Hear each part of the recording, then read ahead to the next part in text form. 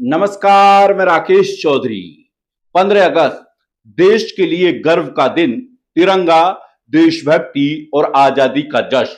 लेकिन हरियाणा के हांसी में आजादी के इस जश्न से पहले ऐसा बवाल मचा कि पूरा इलाका पुलिस और किसानों के संघर्ष का मैदान बन गया। एक तरफ मुख्यमंत्री नायब सैनी का ध्वजारोहण कार्यक्रम था, तो दूसरी तरफ किसान इस कार्यक्रम का विरोध करने के लिए सड़कों पर उतर आए। किसानों को रोकने के लिए पुलिस ने बैरिकेडिंग की। किसानों और पुलिस के बीच धक्का मुक्की हुई, फिर लाठीचार्ज के आरोप लगे। कई किसानों के घायल होने की खबर सामने आई। इसके बाद हालात और बिगड़ गए। किसानों की तरफ से पुलिस पर पथराव किया गया। पत्थर लगने से हांसी के एसपी विनोद कुमार और एक डीएसपी के घायल होने की बात भी सामने आई। लेकिन कहानी यहीं खत्म नहीं हुई। इसके बाद पुलिस की तरफ से भी पत्थरबाजी के आरोप लगे। हंगामे में कई किसान घायल हुए। एक किसान के सिर में चोट लगने की बात सामने आई। किसान नेता सुरेश कौथ समेत कई लोगों को हिरासत में लिया गया, जबकि कुछ लोगों को नजरबंद किए जाने की बात भी कही गई। जिसके बाद किसान आक्रामक हो गए और नेशनल हाईवे जाम करने की धमकी दी। यानी हांसी का विवाद अब सिर्फ एक कार्यक्रम के विरोध तक सीमित नहीं रहा। इसके पीछे एक और बड़ा मामला है, डेयरी संचालक जीवन कुंडू की हत्या। आखिर किसान मुख्यमंत्री के कार्यक्रम का विरोध करने क्यों पहुंचे? जीवन कुंडू हत्याकांड और आज के किसान आंदोलन के बीच क्या कनेक्शन है, और क्या हांसी में आज का संघर्ष आने वाले दिनों में और बड़ा रूप ले सकता है? आइए पूरी कहानी सिलसिलेवार समझते हैं।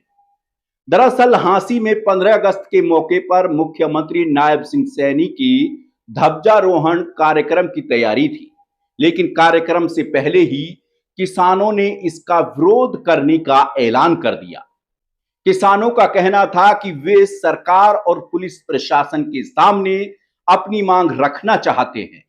किसानों की मुख्य नाराजगी हिसार में हुई डेयरी संचालक जीवन कुंडू की हत्या के मामले को लेकर बताई जा रही है।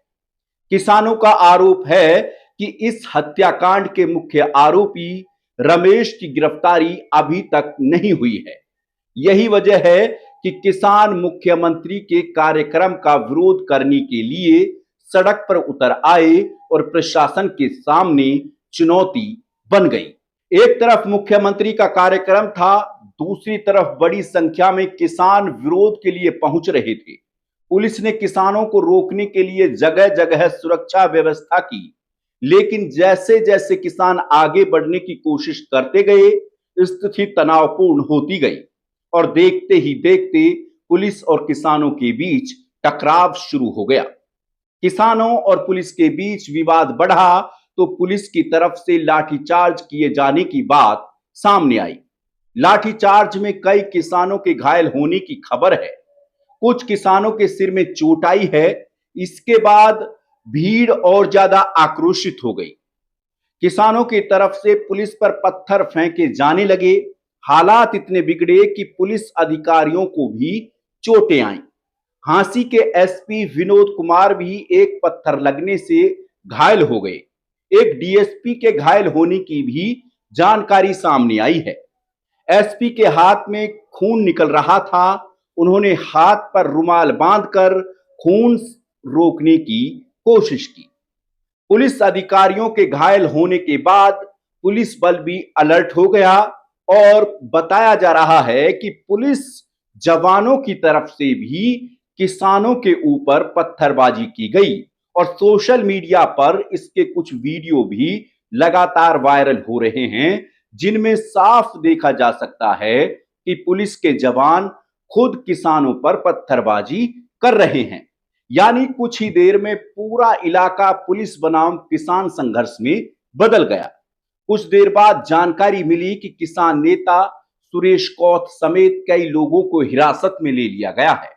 इस पूरे विवाद की जानकारी मिलने के बाद कांग्रेस विधायक नरेश सेलवाल भी किसानों के बीच पहुंचे। उन्होंने किसानों से मुलाकात की और उनके आंदोलन के समर्थन में खड़े होने की बात कही। इससे मामला और राजनीतिक हो गया है। अब सवाल सिर्फ पुलिस और किसानों के बीच टकराव का नहीं है, सवाल यह भी है कि क्या विपक्ष इस मुद्दे को सरकार के खिलाफ बड़े आंदोलन में बदलने की कोशिश करेगा।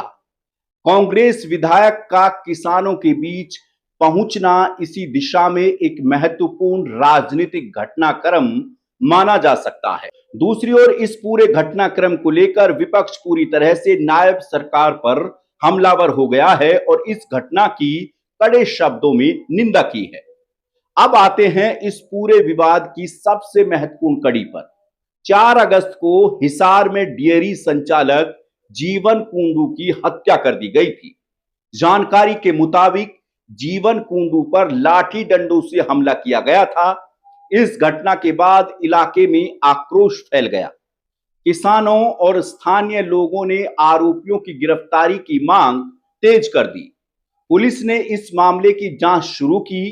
अब तक इस मामले में 9 लोगों की गिरफ्तारी की बात सामने आई है, लेकिन पुलिस के मुताबिक मुख्य आरोपी रमेश अभी पुलिस की पकड़ से बाहर है।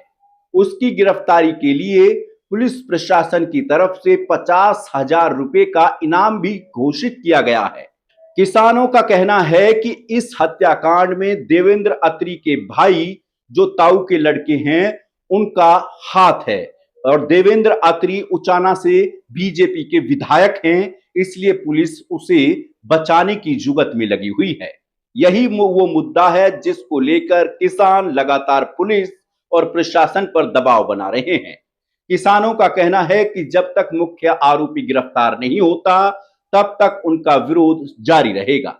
किसानों का सबसे बड़ा सवाल यही है, अगर इस हत्याकांड में कई गिरफ्तारियां हो चुकी हैं तो मुख्य आरोपी अभी तक पुलिस की गिरफ्त से बाहर क्यों हैं? पुलिस का कहना है कि आरोपी को पकड़ने के लिए लगातार प्रयास किए जा रहे हैं, लेकिन किसान पुलिस की कार्रवाई से संतुष्ट नजर नहीं आ रहे। उनका कहना है कि सिर्फ कुछ लोगों की गिरफ्तारी से न्याय नहीं मिलेगा, मुख्य आरोपी की गिरफ्तारी जरूरी है। इसी मांग को लेकर किसान मुख्यमंत्री के कार्यक्रम का विरोध करने पहुंचे और इसी विरोध के दौरान पुलिस के साथ टकराव हो गया। 15 अगस्त देश का राष्ट्रीय पर्व है। इस दिन हर जगह तिरंगा फहराया जाता है। लोग देशभक्ति के कार्यक्रमों में शामिल होते हैं, लेकिन हांसी में इसी दिन पुलिस और किसानों के बीच टकराव की तस्वीरें सामने आईं। ये निश्चित तौर पर एक गंभीर स्थिति है। लोकतंत्र में विरोध प्रदर्शन का अधिकार है, लेकिन विरोध शांतिपूर्ण होना चाहिए और प्रशासन की जिम्मेदारी है कि प्रदर्शनकारियों की आवाज सुनी जाए और कानून व्यवस्था भी बनी रहे। अगर दोनों पक्षों के बीच संवाद का रास्ता बंद हो जाए तो छोटी सी बात भी बड़े टकराव में बदल सकती है। हांसी में जो हुआ वो इसी खतरे की ओर इशारा करता है। फिलहाल हांसी में तनाव का माहौल है और सभी की नजरें इस बात पर हैं कि हिरासत में लिए गए लोगों को लेकर प्रशासन का क्या फैसला रहता है और किसानों की अगली रणनीति इसको लेकर के क्या रहती है। ऐसे में आप इस खबर को लेकर के क्या सोचते हैं, हमें कमेंट में बताएं और हमारे चैनल को सब्सक्राइब करें। नमस्कार।